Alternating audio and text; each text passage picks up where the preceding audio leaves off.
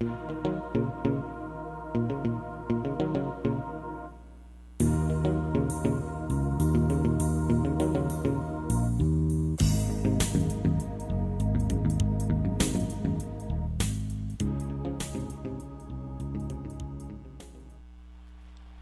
folks, and welcome to another edition of the Dr. Mark Foster Show. Today is May 19th, 2013.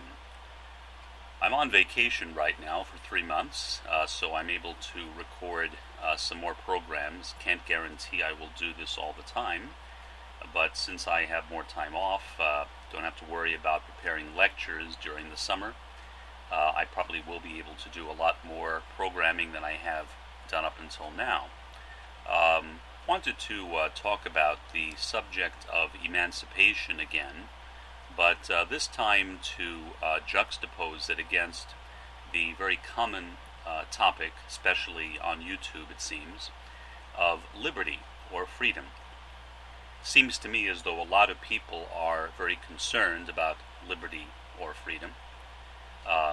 People having their fear of losing their right to bear arms, people concerned about the trampling of the freedom of the press by the federal branch of government, people concerned about the possibility of some type of tyranny, government tyranny, developing in the United States, perhaps coordinated by the Federal Emergency Management Agency or FEMA.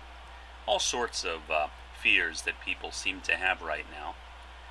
There is a very close correlation between that type of mentality and a couple of things.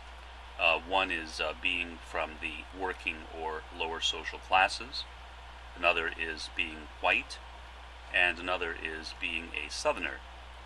Now that is not to say that all people who have these types of irrational fears are Southern poor or working class white Southerners, but that type of those types of characteristics do seem to figure very prominently in that type of extreme libertarian mentality or desire for absolute and total freedom.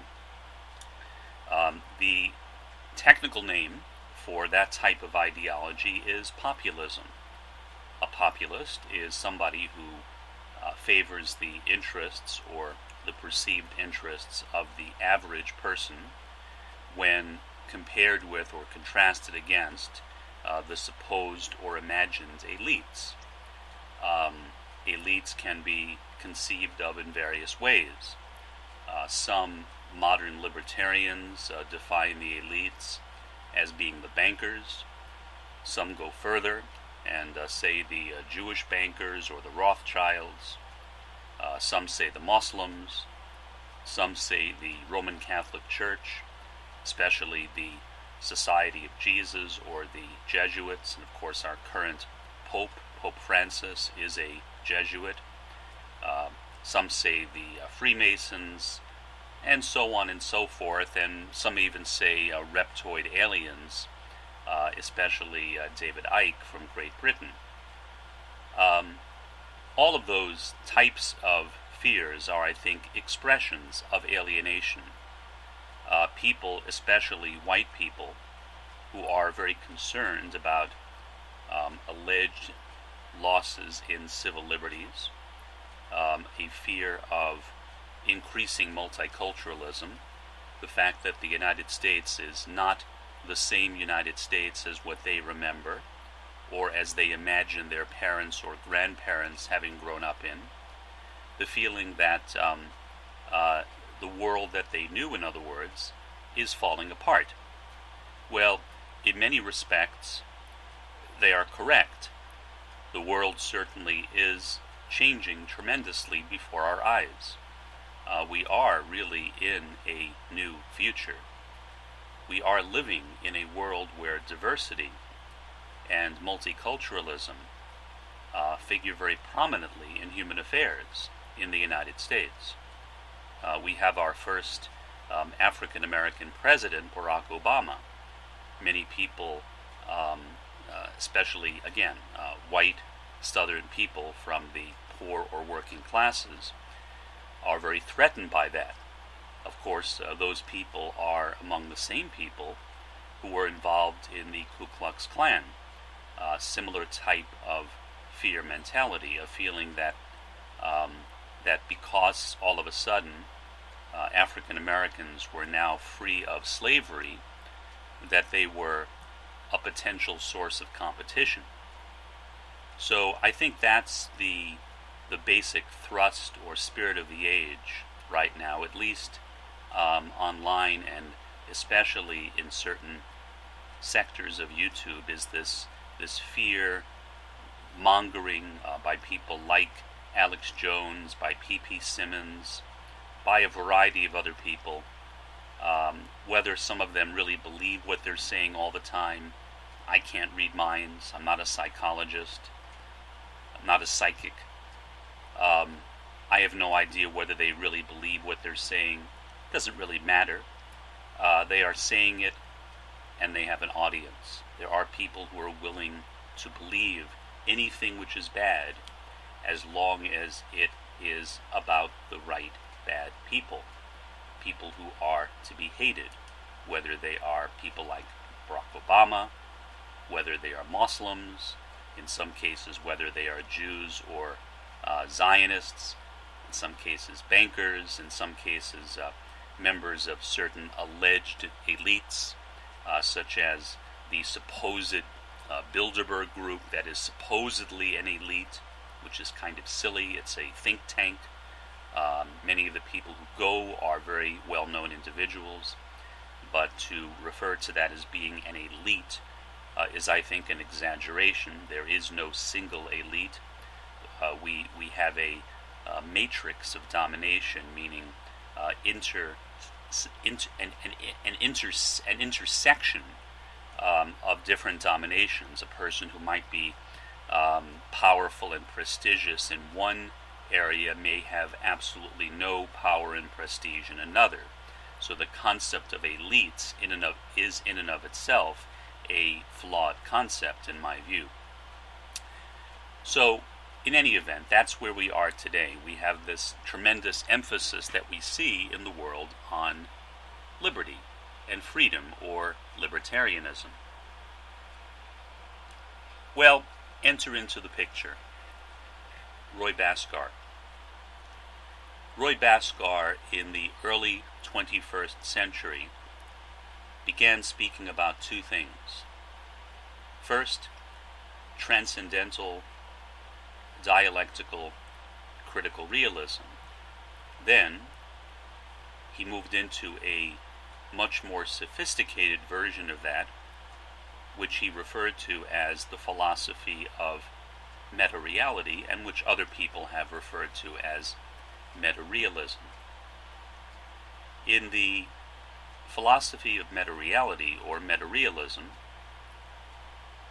what is important is not individual freedom per se, although certainly people have a right to pursue individual freedom to receive their level of emancipation or self-realization. But what is important is emancipation itself.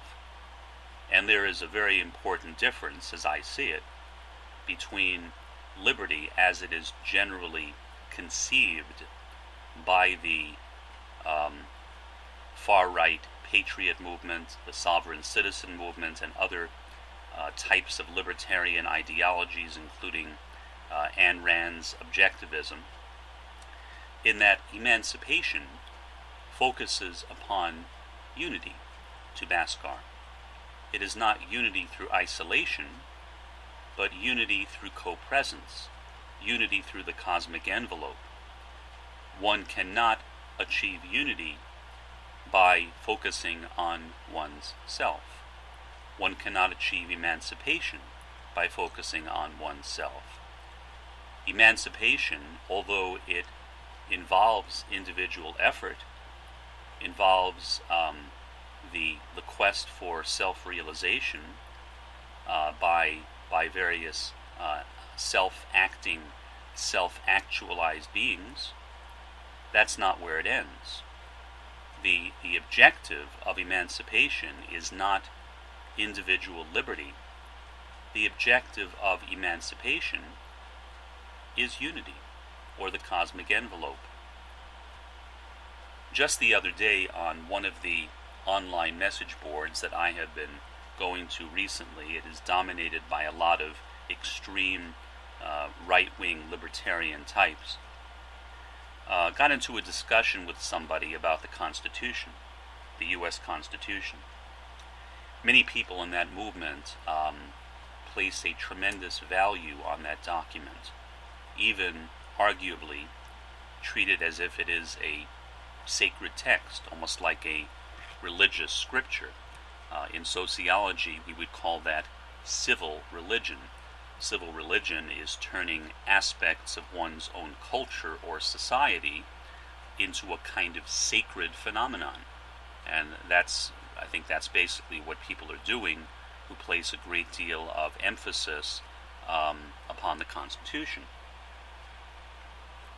Well, what I did at that point is I raised what I think is a very important issue, and that is, what in fact, or how is the Constitution looked at by the Founding Fathers themselves? In other words, what, for example, did Thomas Jefferson, who was one of the framers of the Constitution, not the actual author per se, but one of the framers, certainly one of the Founding Fathers, what did he himself say about the Constitution? So I will go ahead and read to you something that he said, and this is something which surprises people, and after I read this, I'll tell you what happened on that forum. It's kind of intriguing. This is a direct quote, letter from Jefferson to James Madison. It may be proved that no society can make a perpetual constitution, or even a perpetual law. The earth belongs always to the living generation. They may manage it then, and what proceeds from it, as they please, during their usufruct, which is right of enjoyment. They are masters too of their own persons, and consequently may govern them as they please. But persons and property make the sum of the objects of government. The Constitution and the laws of their predecessors extinguished then, in their natural course, with those who gave them being. This could preserve that being until it ceased to be itself, and no longer. Every constitution, then, and every law naturally expires at the end of 19 years. If it be enforced longer, it is an act of force and not of right. It may be said that the succeeding generation, exercising in fact the power of repeal, this leaves them as free as if the Constitution or law has been expressly limited to 19 years only. In the first place, this objection admits the right in proposing an equivalent. But the power of repeal is not an equivalent. It might be indeed if every form of government were so perfectly contrived that the will of the majority could always be obtained fairly and without impediment. But this is true of no form. Now, when I mentioned that statement on the message board, I did so without quoting that document. I just said that Jefferson's view was that a constitution was only valid for 19 years, and then after that, if it's enforced, it's a matter of force. And this person responded saying that Jefferson never said that, and he put the word never in caps, which of course online is yelling, figuratively yelling. And he also said that unless Jefferson is whispering in the ears of certain academics. So I responded, I put the quotation, and immediately this person went into self-defense mode. saying, "Oh, I never said that. You're lying about me. I never said never. I said this. I said that." Well, I basically ended the conversation at that point, and I said, anybody who wants to can go back and look at what you said and what I said, and can draw their own conclusions. Certainly, the Founding Fathers might have not necessarily all agreed on the 19 years thing, but they were not scripturalists either when it came to the Constitution. They were pragmatists. They were rationalists of the Enlightenment. And they saw the Constitution as a practical document. Certainly today, people could craft a new one if they wanted to. The Founding Fathers don't hold a monopoly on wisdom or intelligence. Now, from a purely practical standpoint, that might not be very feasible because it might be very difficult to get that consensus, especially considering the extent to which there is so much division in American politics right now. But at least in principle, I think the fact that here we are, more than 200 years later, where people are still debating the supposedly proper interpretation of a document, as if that document were in effect a sacred scripture, when clearly the Founding Fathers, none of them, to my knowledge, had that view of it, and Jefferson went so far as to say that a new one should be authored every 19 years, and that if you enforce it longer than that, then it is an act of force and not of right, as he explained it. So I think that is the distinction. Liberty, as liberty is generally constructed, is a type of radical individual freedom. However, freedom does not need to be understood as liberty. Freedom can also be understood as emancipation.